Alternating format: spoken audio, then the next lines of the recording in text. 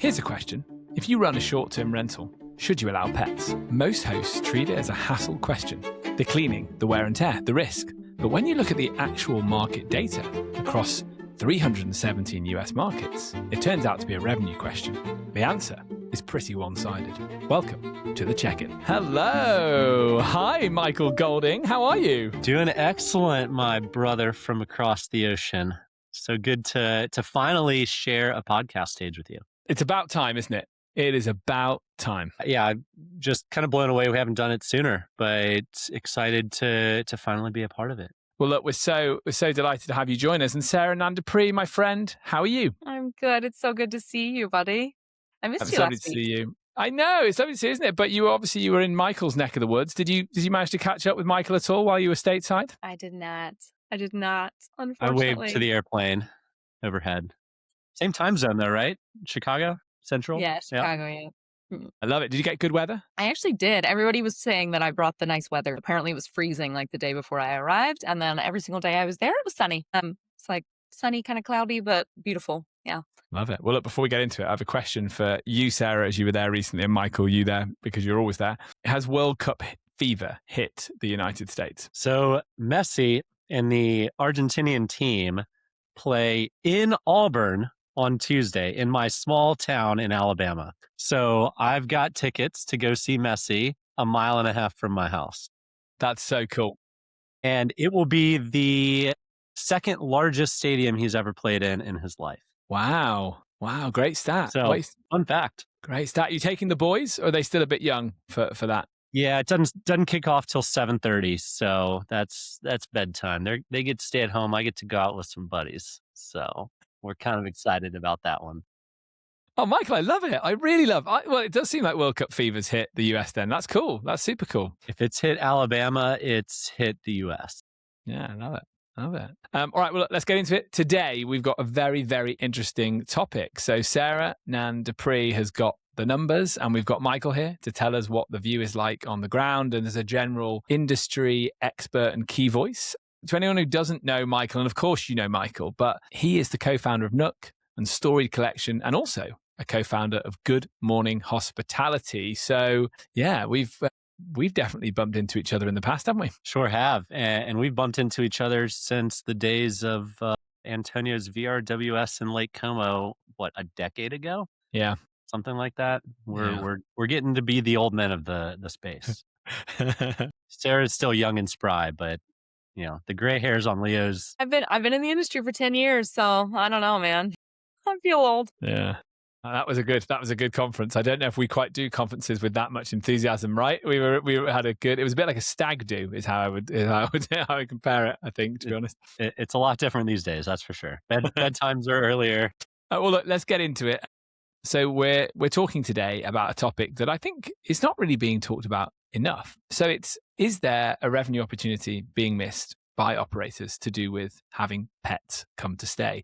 Sarah, you've got the data. Why don't you start us off there? Yeah. So for this week's episode, I looked into data for 317 markets across the US. What's interesting is that about a third of properties are pet friendly in the US. So just about half those that are not pet friendly. You've got 573,000 pet friendly listings, 1.13 million that are not pet friendly. And then when I started looking into the data, some interesting things came up. So across the board, there's no real difference in length of stay, which was kind of surprising to me. I would have anticipated that length of stay would have been longer in properties that allow pets because people wouldn't need a pet sitter or something like that, weren't nervous about leaving Fido back home. But it turns out not so. No significant difference at all in length of stay.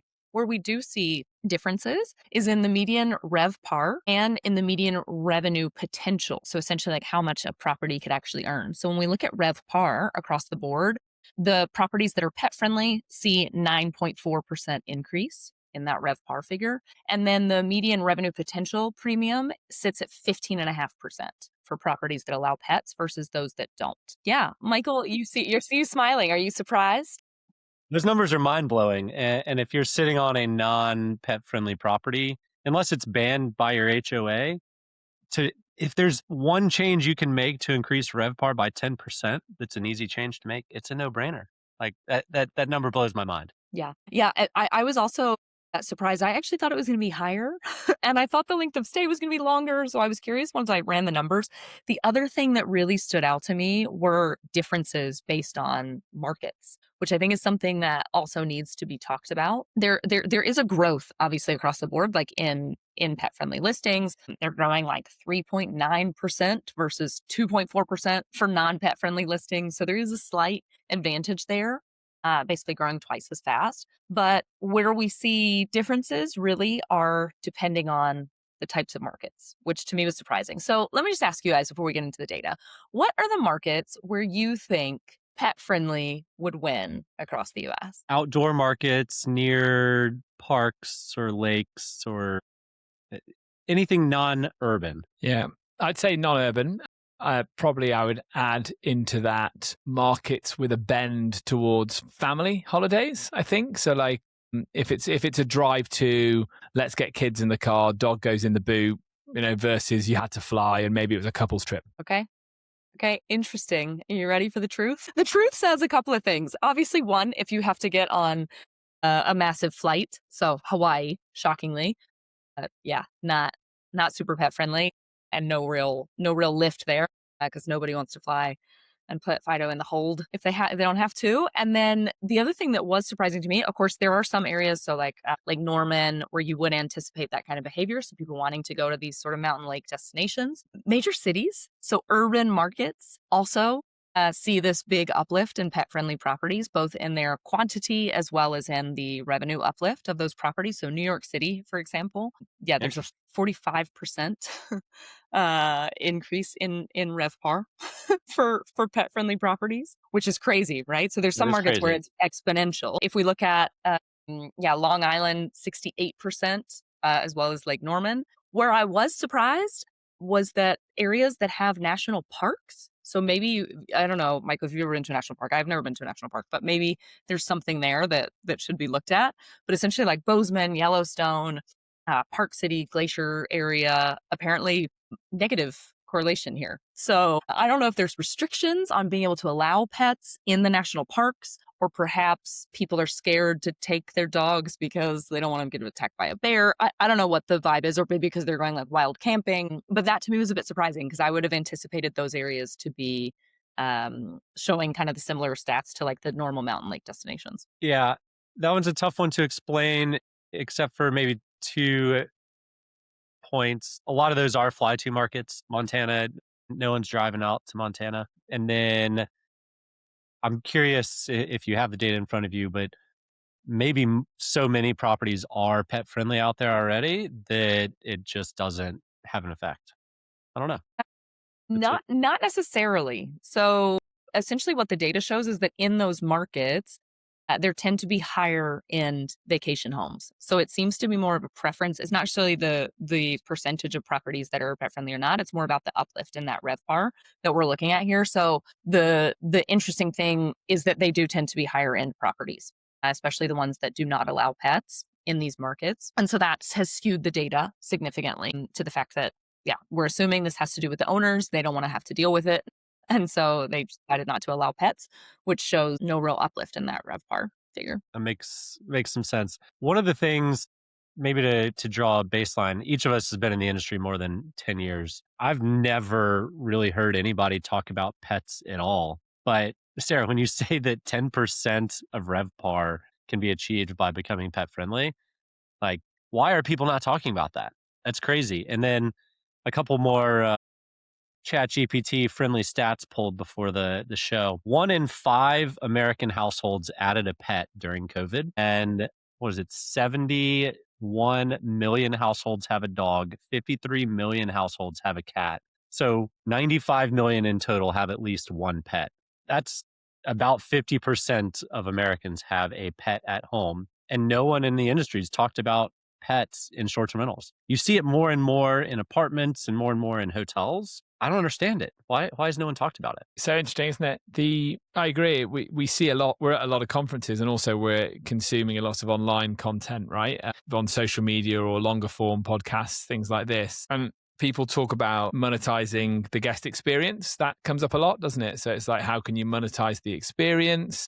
How can you make a relationship locally to be the king in your market or queen in your market? And then the amenities seems to come up all the time, right? Build a pickleball court and put a basketball hoop up. Well, Those all are of that expensive. takes in.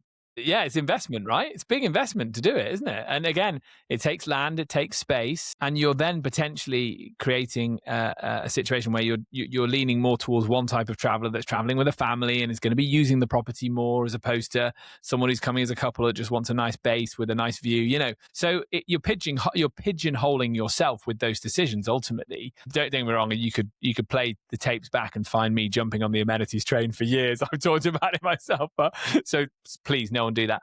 But yeah, I think you're right. This is a very, very cost-effective way, it seems, of massively changing your numbers, right? Yeah. So I think, off the top of my head, why people don't do pet friendly. One, maybe the HOA bans it, right? Or the condo association.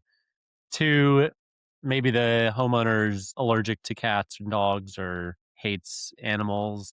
We won't name any names, but Who would that be? who could that be? Honestly.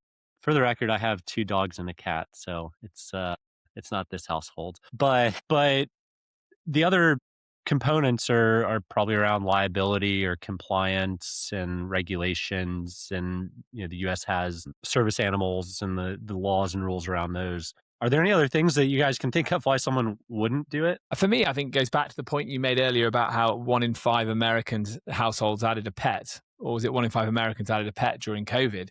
I'd say that the data is probably the same. But the data I imagine is the same for Europe and certainly like urban areas. So as you guys like to tease me about, I'm a more of an urban guy than I am a countryside guy. You don't say.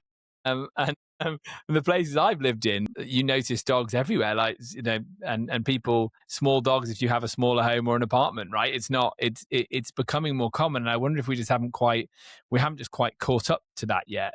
Sarah, you asked us at the top what markets you thought it would be. And I was straight to the family dog, goes in the back of the car, drive to market, lots of fresh air. When really, on my street that I'm sat on right now, where there's 50 townhouses, there's probably a good chunk of the owners here. I see them walking their dogs and up and down. So I think maybe there's a dog owner, a persona that we all gravitate to thinking is the reality. And really, it's many more personas than that. There's many different types of dog owners, I would imagine. Yeah, the young single that has a pet in their flat to keep company. Like, that's probably a massive cohort, especially the 1 in 5 that added a pet.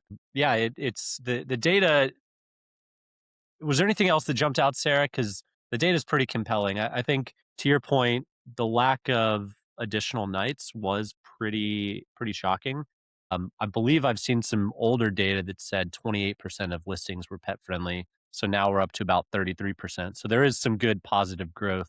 And that's going to cap out at some point because of the things we mentioned earlier. Maybe it caps out at 50%, maybe it caps out at 65%. I don't know. But increasing the ADR, the data you pulled, it increases ADR by 6%. I mean, again, one of those, if you can turn this on, and this is just pricing data, right? This has nothing to do with pet fees that the property managers can also collect on top of that. Correct. Yes. This is just increased revenue or increased occupancy. Like, I think for me, the most shocking still is the market breakdown here.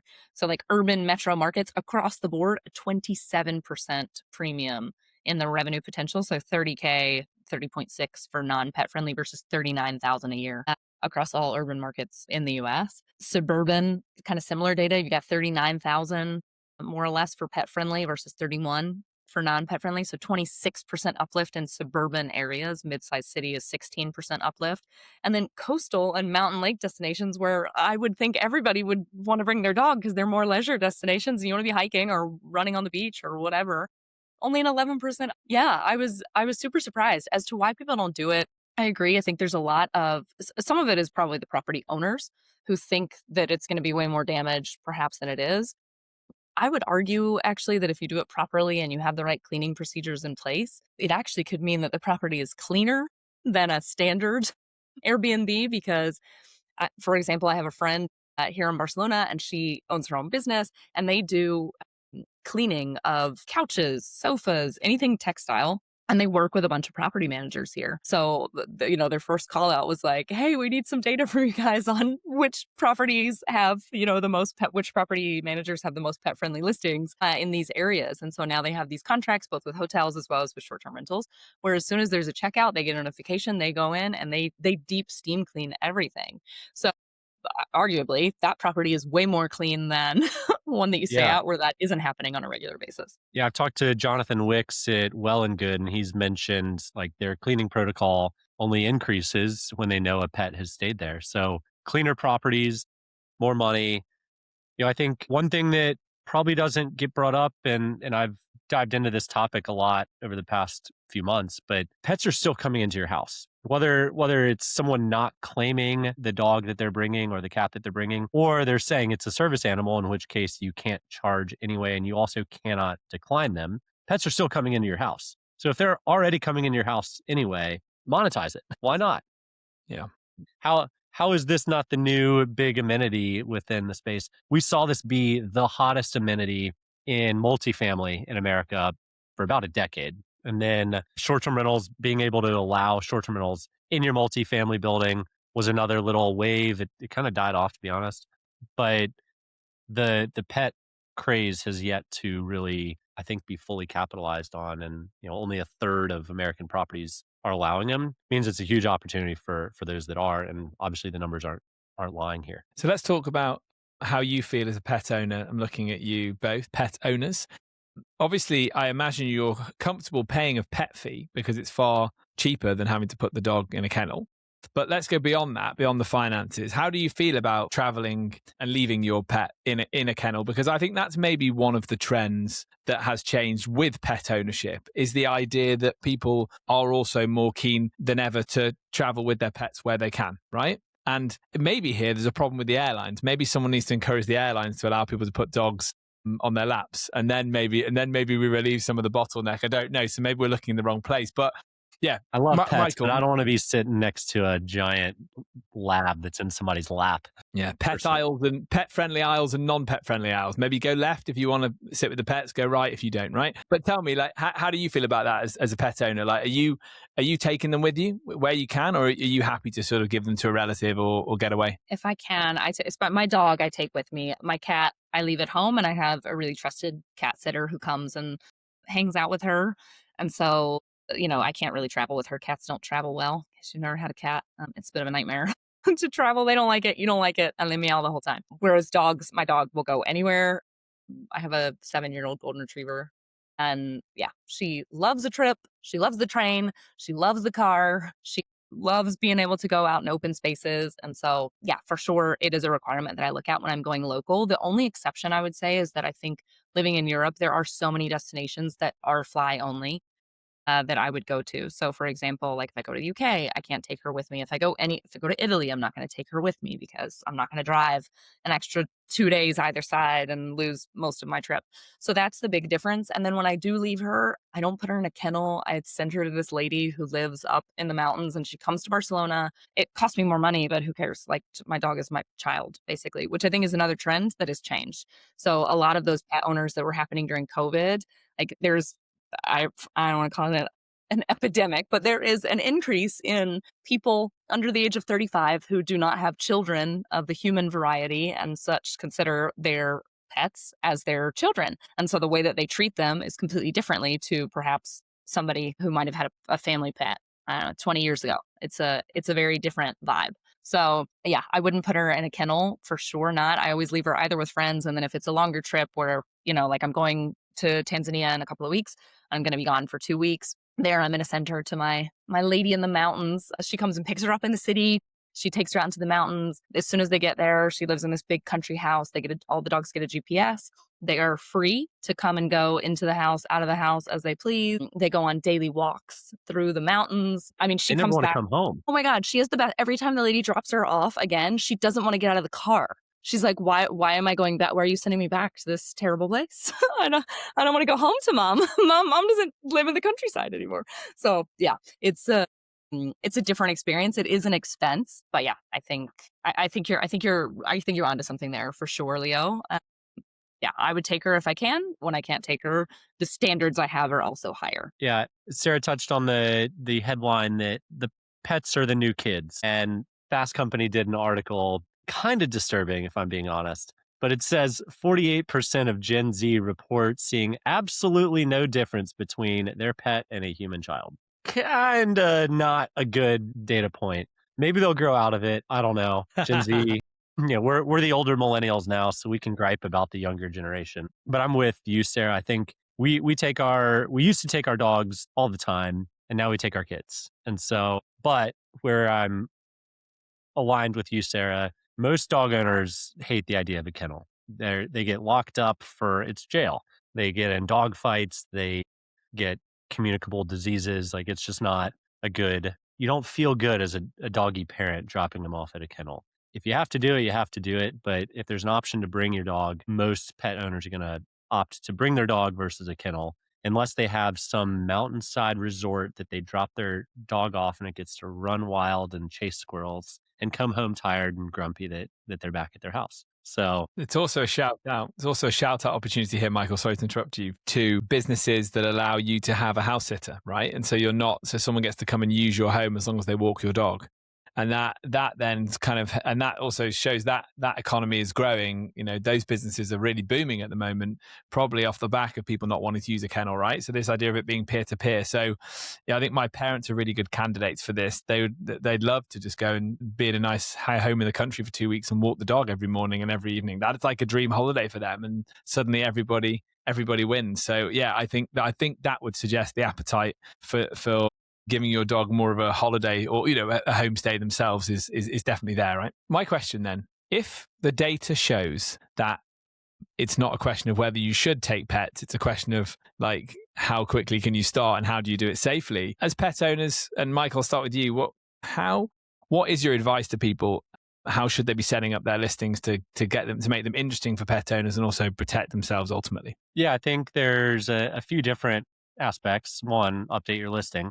It's pretty common these days. 1 in 3 can do it. Your cleaning protocols and your operations behind the scenes need to be in place because I love my dogs, but they shed like crazy. And if I walked into a short-term rental and there's dog hair everywhere, I still wouldn't be happy about that. But there's also services like a company called Pet Screening that can screen dogs, make sure there's no bite history, and they're up to shot records, and that it is actually a service animal if the person's saying it's a service animal. So there are services out there that can make homeowners and property managers a little more or a lot more comfortable about pets coming onto their site. And then I think the last is the damage insurance and the liability insurance. And most homeowners insurance comes with liability insurance, and there's some great damage companies out there that will cover short-term rental damage. So I don't know if you know of any, Leo, but I've heard they exist. No, none here. Yeah. Oh, Truvy. Truvy's a good idea, isn't it? Truvy's a good Guard idea. Hog, Super Hog, Truvy. Yeah, that's it. That's it. Well, I think it's really important, isn't it, to remember that where we started here with this conversation is that there's money potentially to be made. So like it's worth investing in it. And as we've also said, it's cheaper than investing in a pickleball court. There's also a big growth in pet friendly hotels, right? So I think that also, that industry is very, very good at analyzing data and looking at where the trends are. So it's obviously something that we do need to be addressing long term, or else we're just gonna lose market share. And you can't tell me it's better to bring a dog to a hotel than a vacation rental, right? Dogs like space just like humans and kids do. So give them space. Yeah. Sarah, we've got Michael's view from the US. Do you think that what's true here in the US data would probably play out the same in Europe? No, I don't, is the full stop. Most of the travel that Europeans do is taking a plane because that's just how we're accustomed to traveling. I don't know, in the US, like I thought nothing of like driving 8-9 hours for my annual holiday. Nobody here would do that. That's crazy people talk. You obviously get on a plane. And so I think that's the biggest restriction in Europe for sure. There are people who have, in fact, I have some friends who are looking to adopt a dog and they purposely want a dog that's under 10 kilos because a dog under 10 kilos can fly in the cabin with you in a little cage or whatever in pretty much any airline. There's some airlines where it's under 7, but like you can, if you take the trains in Europe, you can take a dog on a train.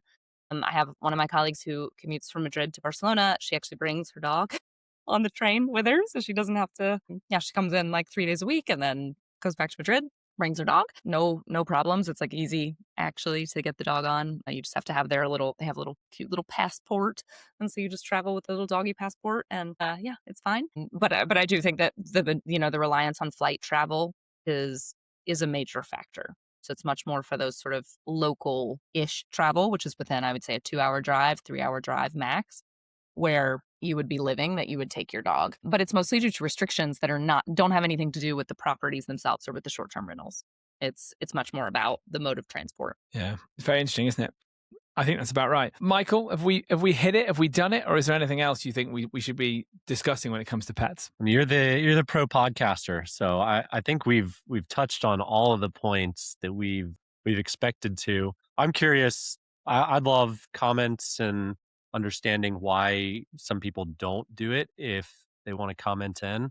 But to me, I would do it if I had vacation rentals. And if you have a property management company, you need to be able to convince your homeowners to do it because they're going to make more money. You're going to make more money.